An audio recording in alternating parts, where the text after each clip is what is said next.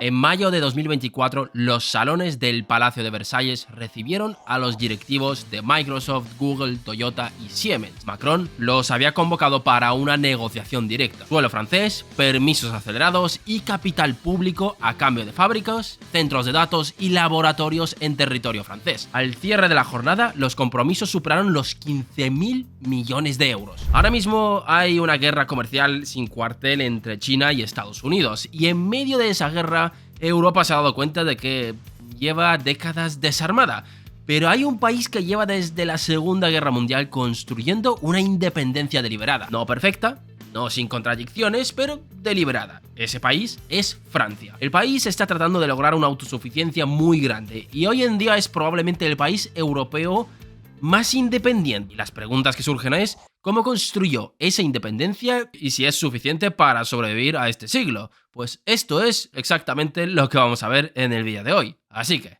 no me enrollo más, ¡poneos cómodos! ¡Que empezamos! Pero antes, imaginaros poder combinar deportes con inversión. A mí la idea me encanta. Por si no lo sabíais, soy nadador. Y no hace falta que os diga que adoro la economía. Pues eso es posible gracias a Dozen. Se trata de una plataforma líder en inversión en startups. Ahora mismo están apostando por el proyecto de Runners Pro, una app española nacida en Lanzadera, la incubadora de startups de Juan Roig, con la participación de inversores estratégicos como el atleta de élite Mario Mola, 3 veces campeón del mundo de triatlón, y que combina la inteligencia artificial con entrenadores reales y trata de revolucionar el concepto de entrenador personal. Pero lo que estoy promocionando no es la marca en sí, sino que podáis invertir en el proyecto. En la plataforma tenéis toda la información del proyecto para que decidáis si queréis apostar por él en función del análisis que hagáis. Y no os preocupéis porque no es una web cualquiera de inversión. Dozen está autorizada y supervisada por la CNMV. Cada operación cumple con los más estrictos estándares de transparencia y protección al inversor. Han financiado proyectos como Glovo o Founders y los filtros para que un proyecto aparezca ahí son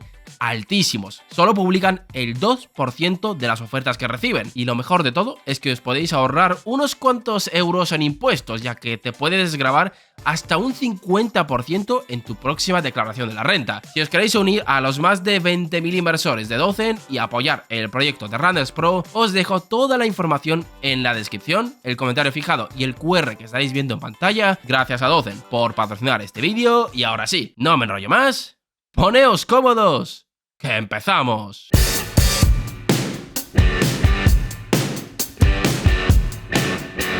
En noviembre de 1956, las tropas francesas desembarcaron en el Canal de Suez para recuperar el control de la vía que Egipto acababa de nacionalizar.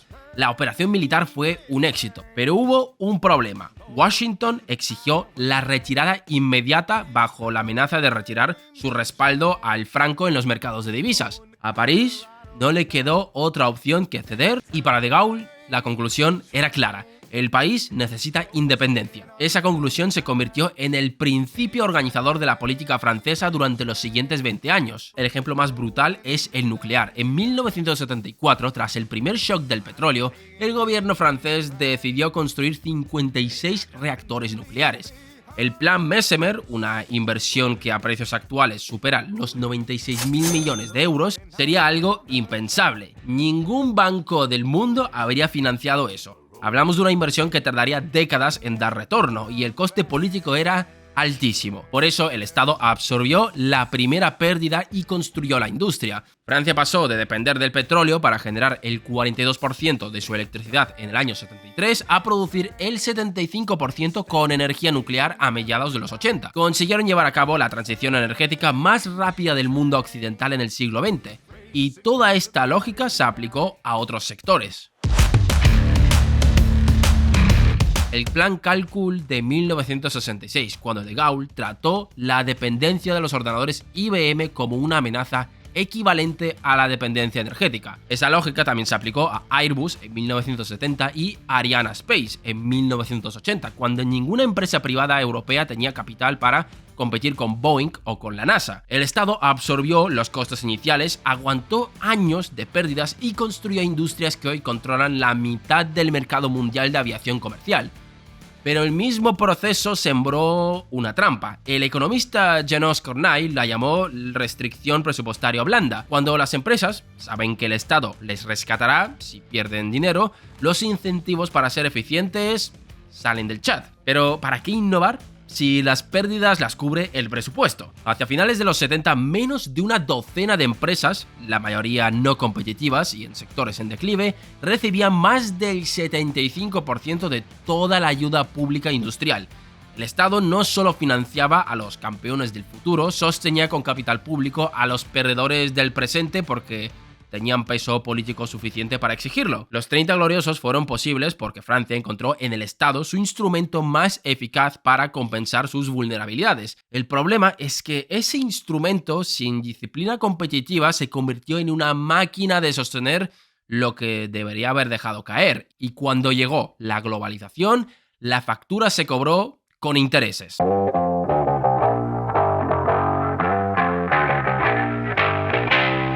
En 1989, con el colapso soviético, se instaló en Occidente la idea de que el debate ideológico estaba cerrado. El mercado había ganado, el Estado debía retirarse y Francia siguió la corriente. Privatizaciones en los 80 y 90, adopción del euro en 1999, apertura comercial progresiva y el dirigismo se fue abandonando y la industria francesa pagó el precio. Y aquí hay que hacer un matiz importante y es que hay dos tipos de desindustrialización, la positiva y la negativa. La positiva ocurre cuando la productividad del sector crece tan rápido que se necesitan menos trabajadores para producir lo mismo. La participación cae, pero es más eficiente. La negativa es todo lo contrario. La industria pierde peso porque pierde competitividad.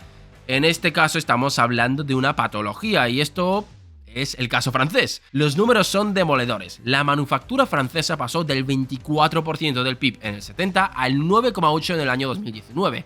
14 puntos de caída en 5 décadas. Mientras tanto, Alemania mantuvo su industria en torno al 20% durante el mismo periodo, mismo mercado único, resultados completamente distintos. ¿Por qué? Aquí es donde se hace notar las consecuencias del derroche. La primera razón es el déficit de productividad heredado. Las empresas estatales protegidas durante décadas llegaron a los 90 sin haber invertido en eficiencia ni en innovación. Cuando se abrieron los mercados, no podían competir. La segunda razón es la entrada de China en la Organización Mundial del Comercio en el año 2001.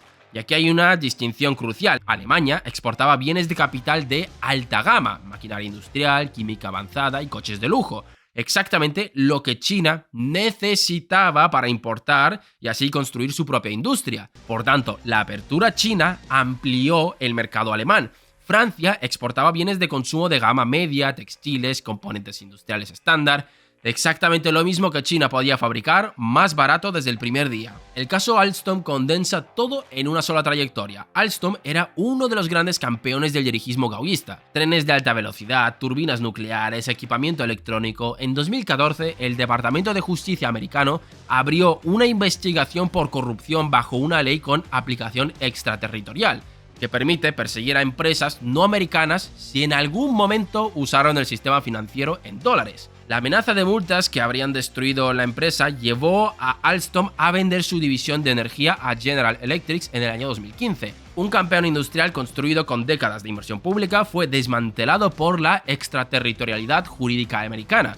Macron era el ministro de Economía en ese momento e intentó sin éxito bloquear la operación. Francia llegó a 2016 con la industria reducida a menos de la mitad de su peso en el PIB, una moneda que no controlaba y la memoria reciente de haber visto cómo le arrancaban uno de sus principales campeones industriales. Solo hacía falta un empujón para que el Estado estratega volviera y ese empujón vino de dos sitios a la vez.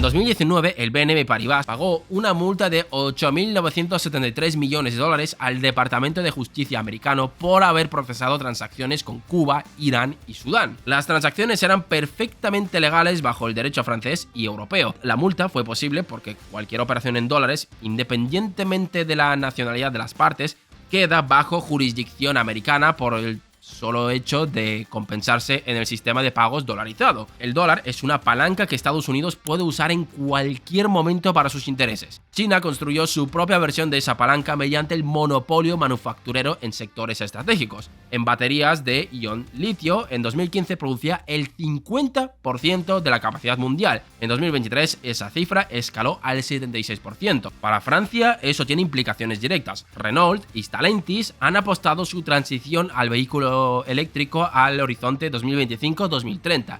Y la pieza más crítica de ese vehículo, la celda de batería, se fabrica en China. Bueno, casi todo en China. Sin intervención, Francia sustituiría la dependencia del petróleo del Golfo por la dependencia de las baterías en Shenzhen. Y el golpe definitivo llegó en agosto de 2022. Biden firmó la Inflation Reduction Act, 369.000 millones de dólares en subsidios para promover la manufactura verde en suelo americano. Créditos fiscales directos para cualquier empresa que fabricara vehículos eléctricos, paneles solares o baterías en territorio de los Estados Unidos. El efecto fue inmediato. Renault avisó su plan de expansión. Stellantis aceleró su inversión en Canadá y pospuso la reconversión de su planta francesa. El país, que durante 30 años había criticado la política industrial europea como distorsionadora del mercado, aplicaba la política industrial más agresiva del mundo. Estoy hablando de Estados Unidos. La combinación de todos esos factores, la extraterritorialidad, vaya palabra, del dólar, el monopolio chino en baterías, la ira americana y la crisis energética derivada de Ucrania, configuró para Francia un escenario de presión para que el Estado vuelva a coger las riendas.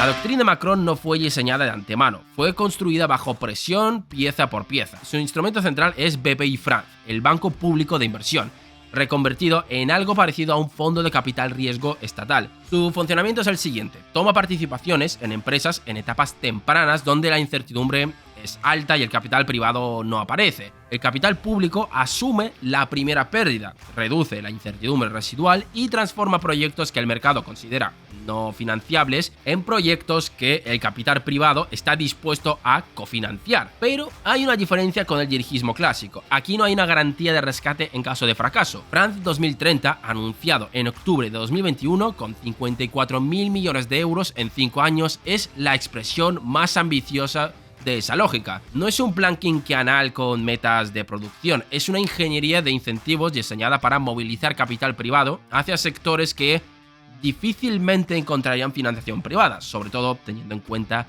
el contexto en el que estamos. El resultado más visible es la Battery Valley, en Hauts-de-France, que en 2017 era una de las zonas más deprimidas del país. 4 gigafábricas en construcción o ya operativas, con capacidad combinada de más de 120 gigavatios hora anuales y más de 8.000 empleos proyectados. Pero quizás la innovación más sofisticada no es la financiera, es la regulatoria. Las reglas de la Organización Mundial del Comercio prohíben los aranceles discriminatorios. No puedes cobrar más a los productos chinos que a los europeos. Pero Francia diseñó el bonus para la compra de vehículos eléctricos, con un criterio basado en la huella de carbono del ciclo completo de fabricación, incluyendo componentes y transporte. Un vehículo fabricado con electricidad de carbono en China y transportado en barco diésel durante semanas tiene una huella radicalmente superior a uno fabricado en Francia con electricidad nuclear de bajas emisiones. La norma aplica el mismo criterio para todos. Su efecto real es excluir del subsidio a casi toda la producción china. Es proteccionismo industrial en lenguaje medioambiental, pero completamente legal. Aprovecha el bug. Y esto dio sus resultados. Por primera vez en décadas, entre 2017 y 2023, abrieron en Francia más establecimientos industriales de los que cerraron. Ahora bien, hay un problema, y es que una cosa es lo que Francia quiere hacer y otra la que puede hacer sola.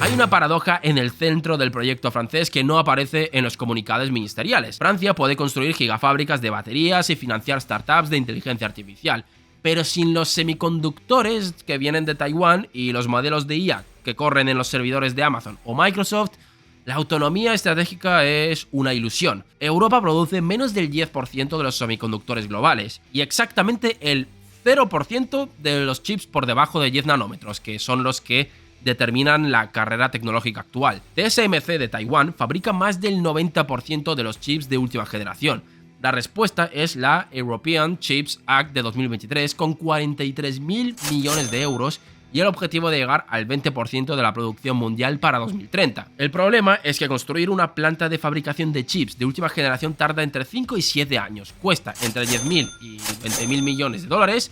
Bueno, ese a lo mejor no es el mayor problema, y exige equipos de litografía que solo fabrica ASML en el mundo. Es un cuello de botella físico que no se resuelve solo con dinero. En inteligencia artificial la situación no es mucho mejor. Mistral AI, la startup parisiana fundada en 2023 por el ex investigador de Google y Meta, con una valoración que superó los 6.000 millones de euros en 2024 y con la participación de BPI France, es lo más parecido a un nuevo campeón nacional en el siglo XXI. Pero hay un problema. La tensión irresoluble es que los propios modelos de Mistral corren chips de Nvidia y sobre centros de datos que en buena parte pertenecen a Amazon, Microsoft o Google. Es como construir el mejor coche del mundo, pero depender de que otro te fabrique el motor. Francia apuesta a construir soberanía digital en capas, modelos propios, datos propios, talento propio. Es una apuesta sensata, pero los cimientos físicos siguen siendo mayoritariamente ajenos. Y eso nos lleva al problema más grande de todos.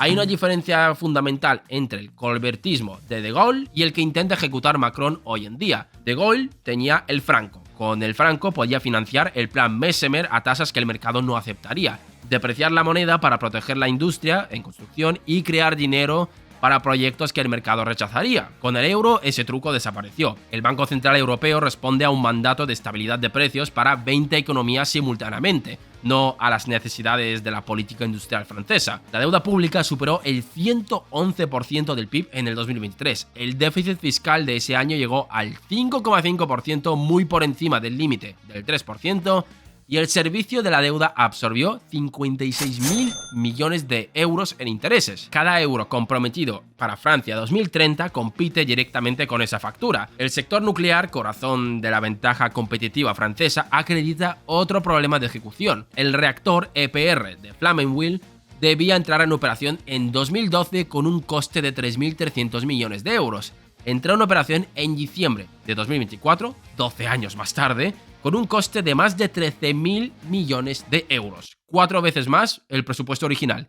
Ese es el reactor que tenía que ser la referencia de viabilidad para los 6 nuevos EPR2 que Macron aprobó construir con una estimación de 51.000 millones de euros para el conjunto del programa. Así que bueno, si Flamanville costó 4 veces más de lo previsto, haceos las cuentas. Y luego está Alemania. La tercera contradicción es la única que Francia no puede resolver sola. La política industrial a escala europea exige dos cosas que Berlín bloquea: la mutualización de la deuda europea, es decir, que la deuda sea de todos, no solo de Francia, y luego está la falta de coordinación. En 2023 Alemania anunció un paquete propio de 200.000 millones de euros en subsidios energéticos sin coordinación europea previa. Y Francia y Alemania compitieron abiertamente para atraer a Intel, que eligió Magdeburgo con 10.000 millones de euros en subsidios alemanes. Dos países del mismo mercado único usando capital público para competir entre sí por una inversión privada. Eso queda muy lejos de ser una política industrial europea. Es política industrial nacional con denominación europea. ¿Puede Francia sola? La respuesta directa es no. Ningún programa nacional tiene escala para competir simétricamente con superpotencias que actúan como actores económicos directos. Sumando France 2030 y el programa alemán, apenas se aproximan a la sola Inflation Reduction Act de Estados Unidos. Y China opera con recursos equivalentes al 5% de su PIB anual en subsidios a sectores estratégicos. Pero la pregunta está parcialmente mal formulada. La alternativa a la política industrial no es un mercado europeo donde cada uno haga lo que le dé la gana. Francia tiene razón en el diagnóstico, tiene instrumentos más sofisticados que en cualquier episodio anterior y tiene más apoyo europeo del que había tenido nunca. Lo que no tiene es tiempo, capital y el consenso político para ejecutar todo simultáneamente. France 2030 es la apuesta de que Francia tiene razón en el diagnóstico y de que el tiempo que le queda es suficiente. Si sale bien, será el comienzo de una reindustrialización que reposicionará a Francia en la jerarquía tecnológica del siglo XXI. Si no sale bien, habrá sido el capítulo final de un largo declive ejecutado, paradójicamente, con el análisis correcto, pero sin la escala necesaria para cambiar el resultado. Así que dejadnos en los comentarios qué pensáis. ¿Conseguirá Francia volver a reindustrializarse? ¿Convencerán al resto de Europa para que lo hagan con ellos? Dejadnos vuestra respuesta en los comentarios. Gracias por vernos un día más y nos vemos en el próximo vídeo.